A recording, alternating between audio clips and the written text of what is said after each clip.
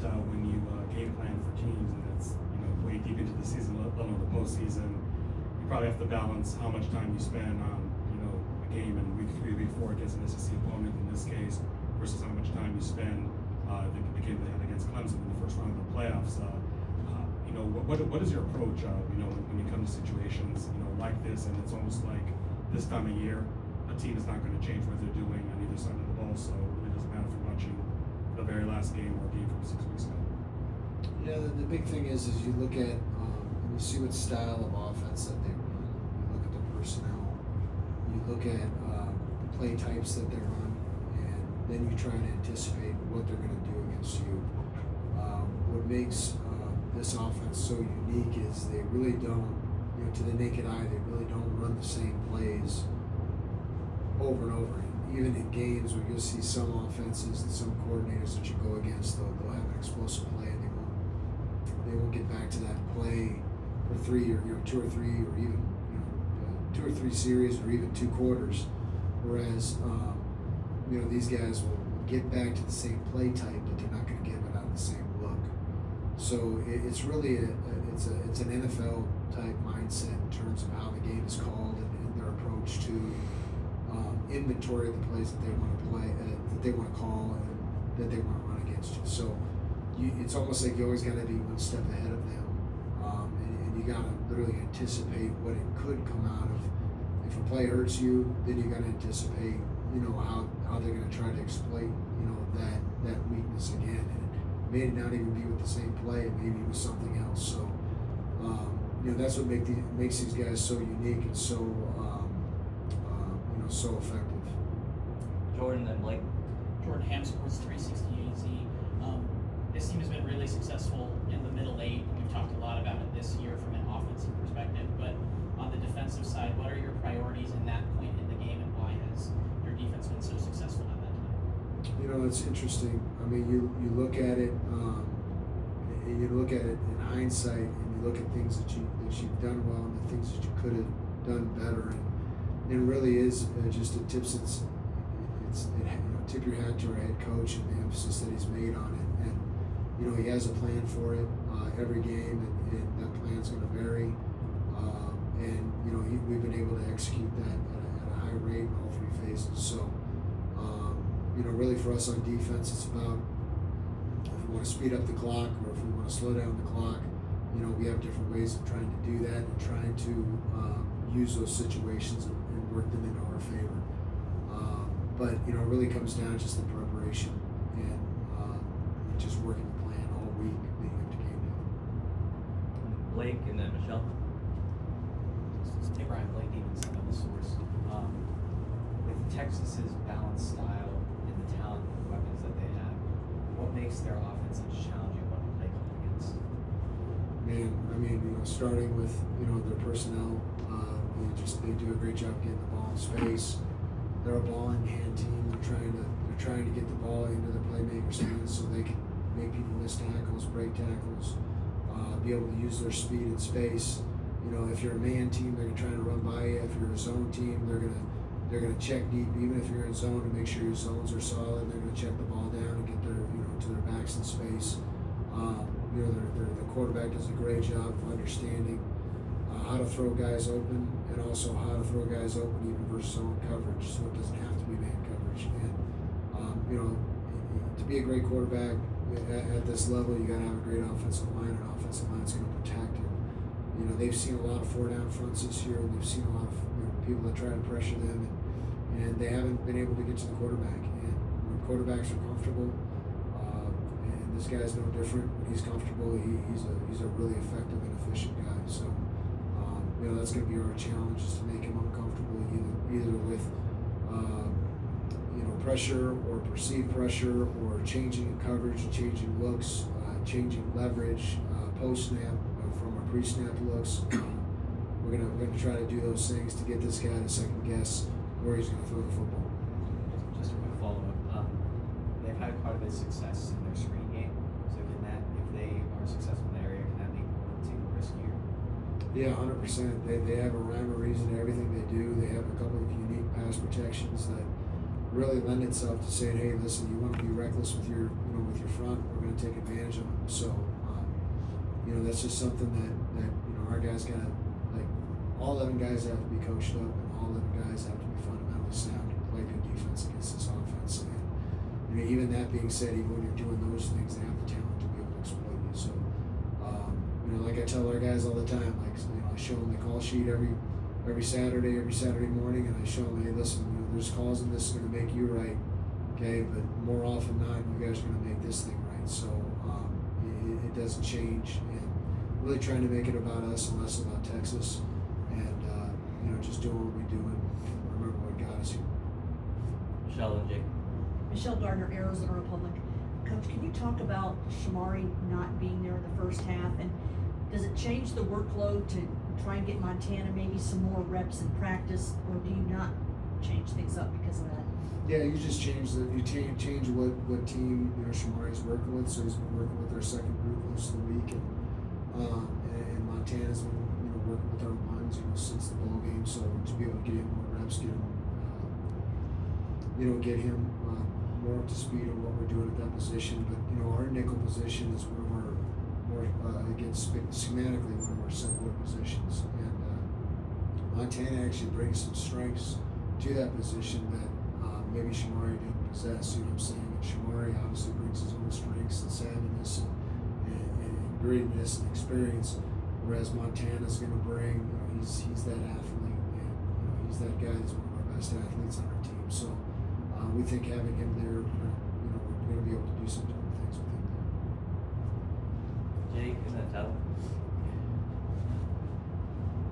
Hey Coach, Jake Solomon was Digest. You guys have continued to force turnovers throughout the season with possibility of Texas playing two good quarterbacks and how the game's going. How do you guys continue to put that pressure on whoever's getting snaps with them? Yeah, it's just, it goes down to, again, just talking about our fundamentals. The fundamentals of running the football, doing it 111th, being consistently good, not occasionally great. It's not a big play hunt. Attack the football.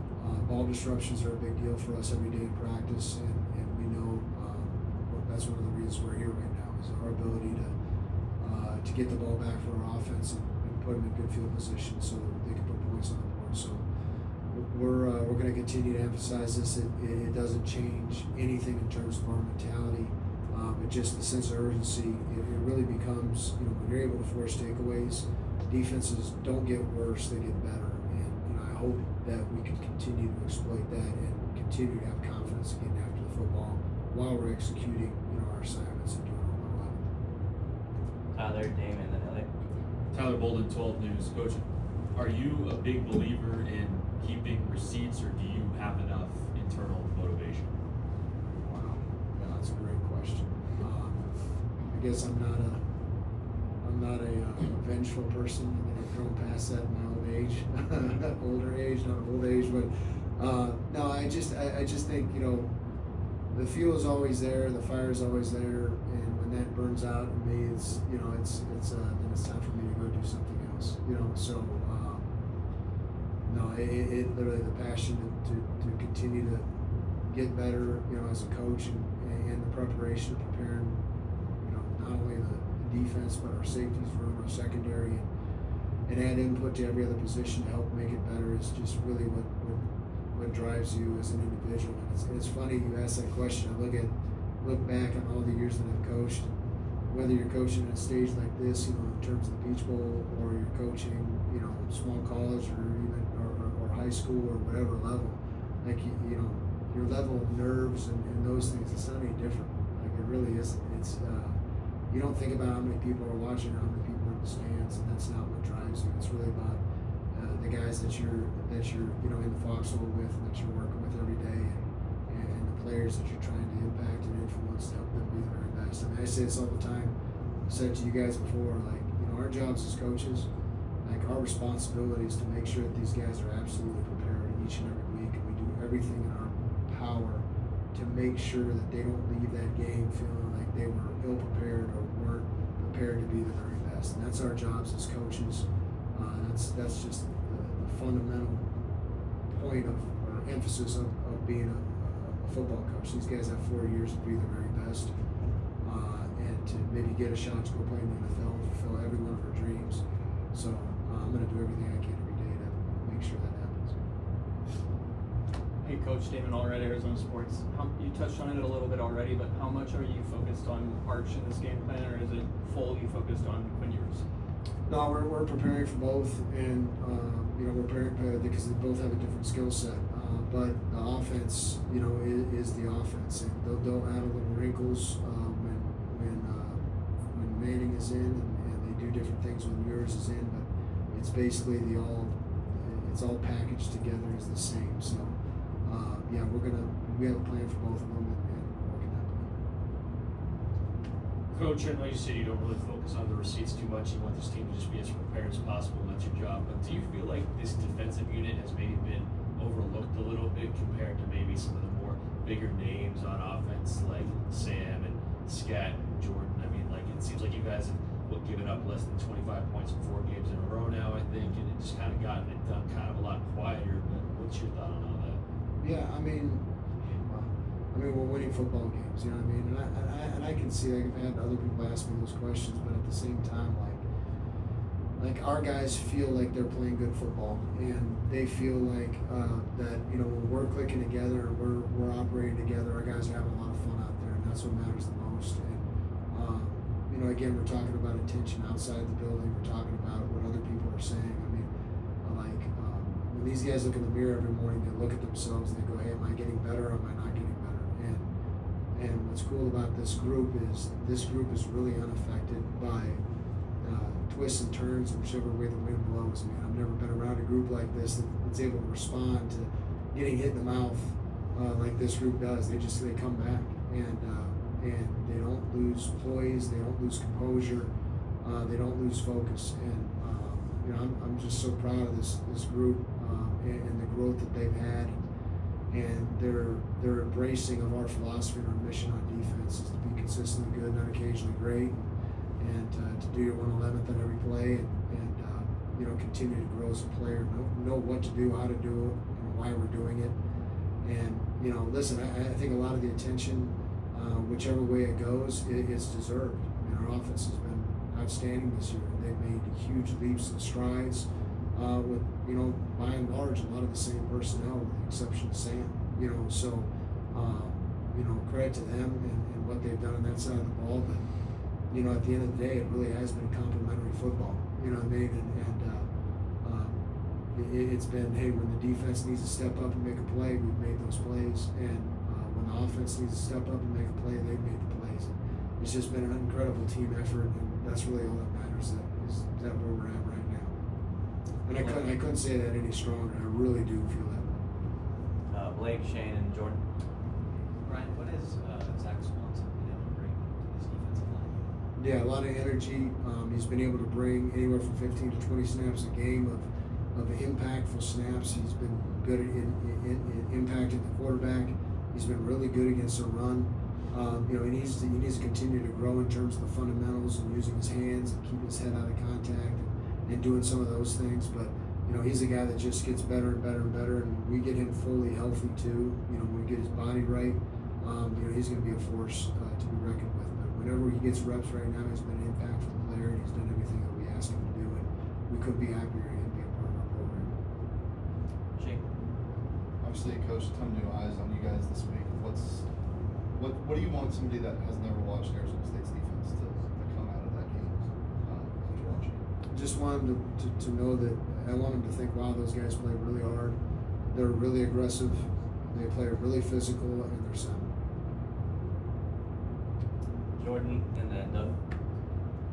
Brian, every defense wants to be able to respond and when they get punched in the mouth. But how has this team been able to do that? Whether it's leadership or whatever. Yeah, I think it's a combination of a bunch of things. I think it's leadership in our locker room. I think it speaks to the unselfishness of this group. There's a lot of guys that are sharing reps that with a lot of other guys, and like our D line, we rotate a lot of guys to keep those guys fresh. But we've been able to stay healthy on the defensive line, so there's been a rhyme and a reason to it. Rather than guys getting too many reps and getting broke down, being in that physical position up front, we've been able to rotate guys in at specific times and be able to play more situationally with a lot of those guys. Linebackers have been no different. You know, we don't have the depth of the numbers in the secondary that we have it in our front seven. But, you know, we've just had a really unselfish group. So everybody really, when they get an opportunity to go in, they want to make an impact on the game. And they know doing their job and doing their 111th and knowing what to do, why they're doing it is really why these guys have been able to respond. I mean, when we need to give corrections on the sideline, these guys are dialed in. There's no losing their cool or starting looking at the scoreboard. I mean, these guys have been able to respond, and whatever adjustments that we need to make on defense, these guys have been lockstep in being able to execute those adjustments. So a lot of these games, you know, it comes down to the coordinator that really does a better job of self-scouting and coming up with an initial game plan, and then there's the adjustment. Okay, now is the game back in order, or is it out of hand, where now that adjustment can be countered with another adjustment? So you know, that chess match, and really as a coordinator, you want to know whatever call you make, it's going to be executed by all 11 guys. There's nothing worse than a coordinator feeling like whatever I call, nothing's working. And I've been there before. And a lot of times it's not working because we're not executing it, or there's one or two breakdowns. And you know, we're always looking for dysfunction, and that's the one thing this group is not done. Is if we've had any bit of dysfunction in terms of not executing a call, we've been able to get into those adjustments and be able to get back to executing. You know, we've been a very functional unit all year, and every guy on our defense deserves credit for that.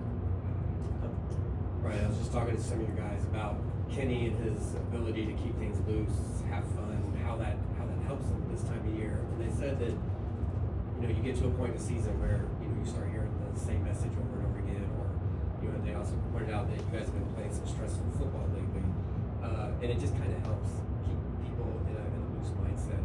How rare is that quality in a head coach? It's very rare.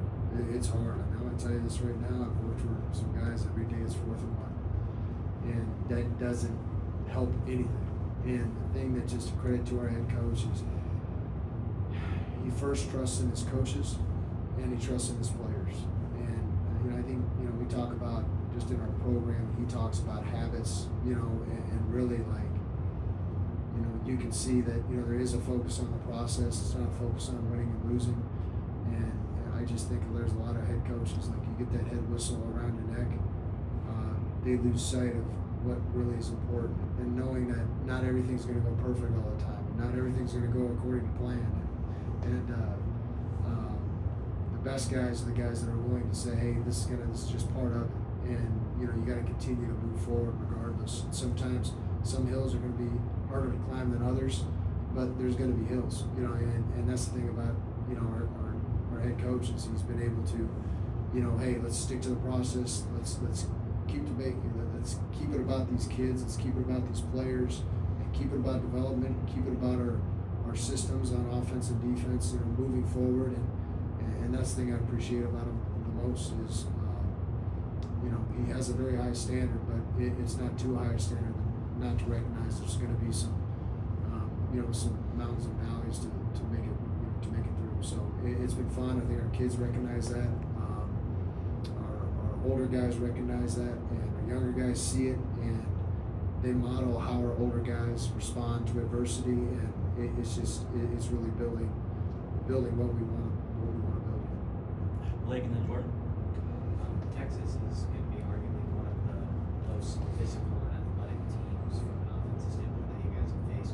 What method are you preaching for this defense to use to combat that athleticism and size?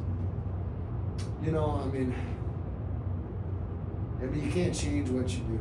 You know what I mean? Like, this is something we have 13 weeks in playing good football, and you learn as much from your failures as you do your successes. So, you know, we got to line up, and guys got to think about winning their one-on-one. And it's really going to come down to, you know, the guy they line up against, and either they're going to be better than that guy in that, you know, any given play, and you know, really just honing in on just we got to focus on being as fundamentally sound and communication and coverage adjustment and